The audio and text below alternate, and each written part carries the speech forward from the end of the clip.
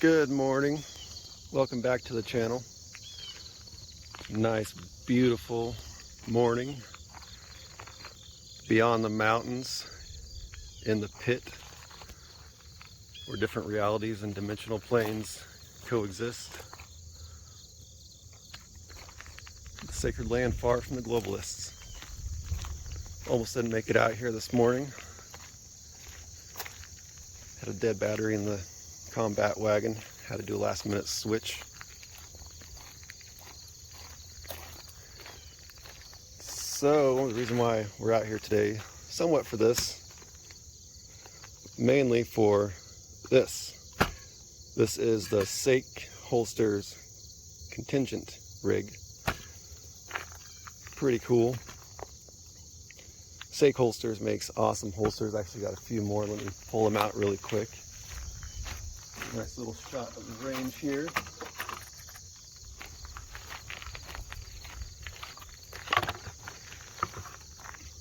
There's not going to be much editing in this video.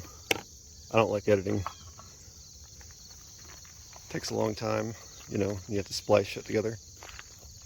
Here's a couple other things that Saek holsters made. Actually, let me get my handgun so it looks a little bit better. So a little bit of disclosure. I didn't pay for any of this. Saek holsters, actually Ryan Morrison at Saek holsters, super awesome guy, really good at Warzone too, kind of carries me sometimes, but anyways, he started making these holsters and they're really good, and you can actually find an interview with him with Ava Flannel and Gun Funny. It's kind of recent, and he kind of goes through the process of like how he does everything and the attention to detail that he has. And slip this in there.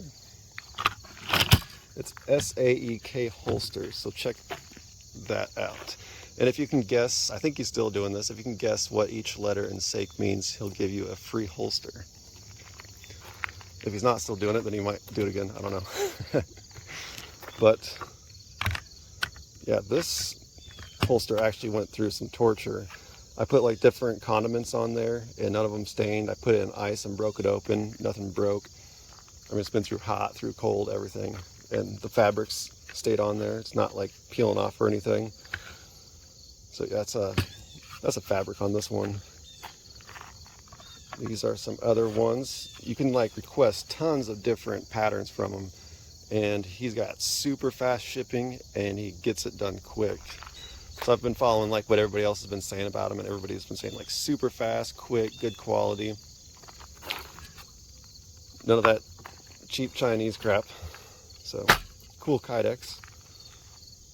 This one is kind of new. He kind of came out with this design. I like it a lot because it's great for mornings like this where I don't want to bring out all my shit. I don't want to have a plate carrier on or a chest rig or anything like that. I just want to come out here and relax. So I'll just grab this, and that way I'm not like going back to a bench for a reload or something like that. It's just right there.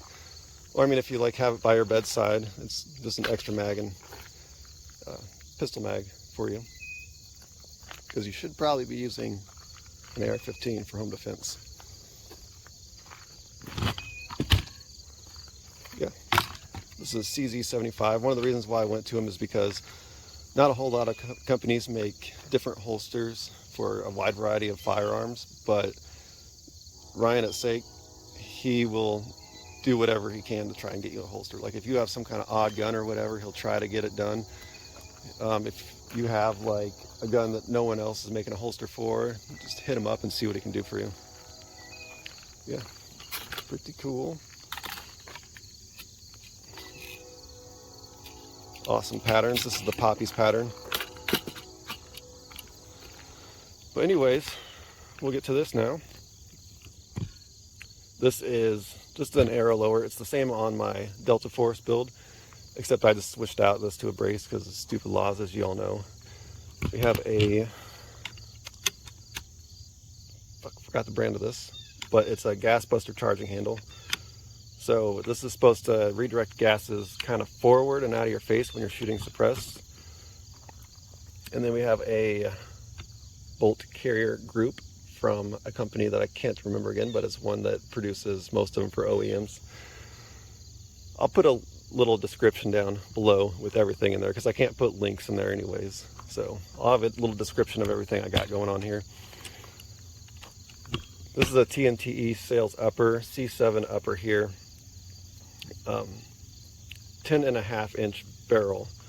It's nitrided 4150 and 1-in-7 twist, and then a 51 tooth AAC flash hider. Streamlight there. One thing about Streamlight is this light's really cool and really awesome and seems really durable, but their pressure pads for this suck. They're super cheap. So I don't even run one, which is fine because button's right there anyways.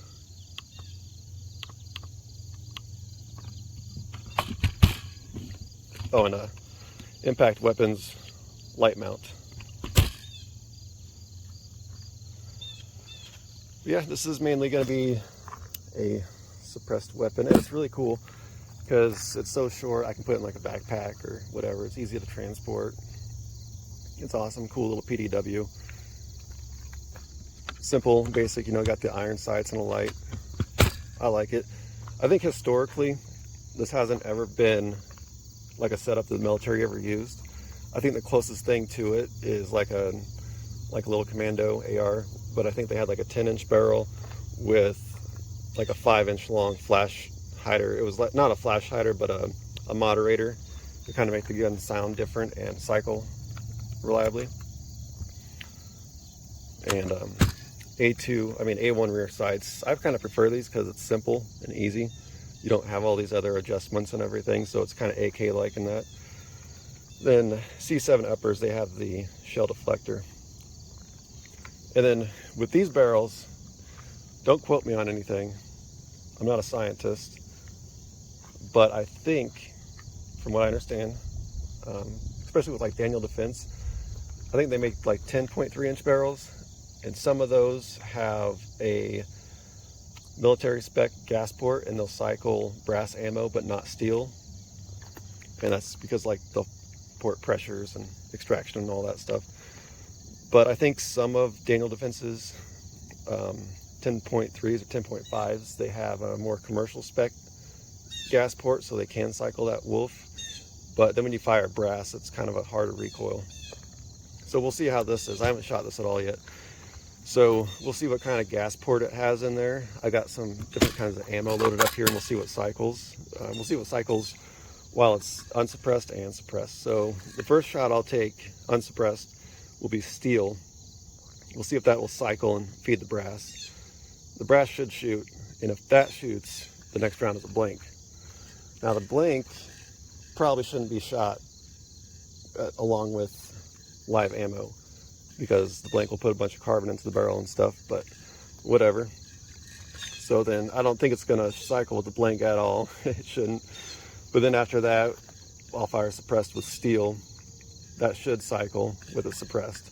And then it's gonna be brass again, and then it's gonna be the blank. So you'll get to hear a blank through a suppressor, but it definitely won't cycle the blank. It won't even cycle at my 14.5. In my experience, the only ARs that I've had that have ever shot steel reliably were 20-inch barrels or 16-inch carbine length. So, get some shots here, and then we'll get to shooting.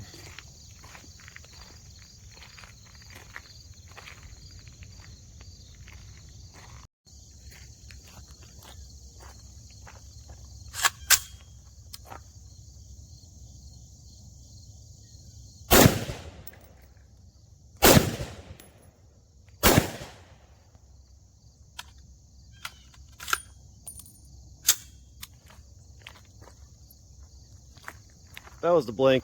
As you can see, it's kind of got a crimp tip, and then when you shoot it, it kind of just expands out. So it cycled the steel, so it might have a little bit larger gas port, but that's all right because steel is cheap. I don't know how available it's going to be though, because you know of what happened. We've got the suppressor on now.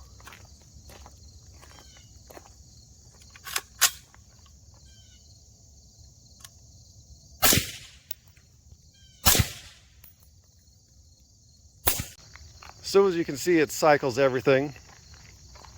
Pretty cool setup.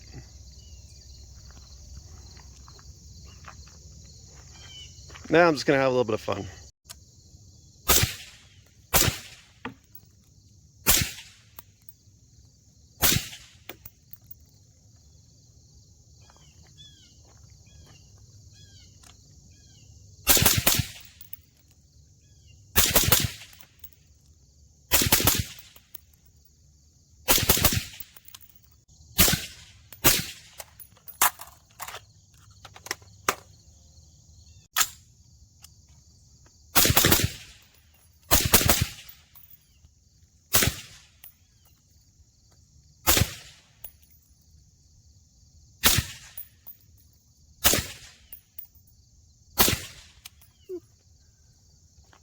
Let that gas calm down a little bit.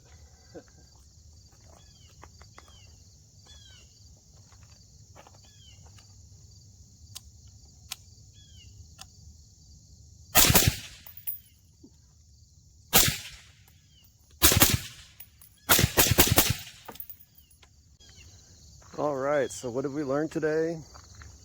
Tnte sales is awesome. Saek holsters is awesome.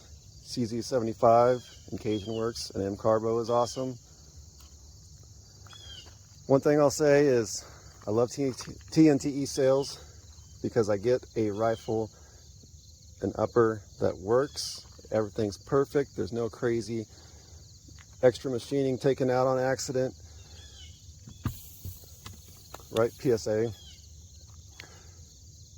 Every upper I've had, the sights are like spot on from factory and lined up straight. I've had more canted AR sights from Arrow, DPMS, and who was the other one? Can't remember. But these are always good to go, and these are always good to go.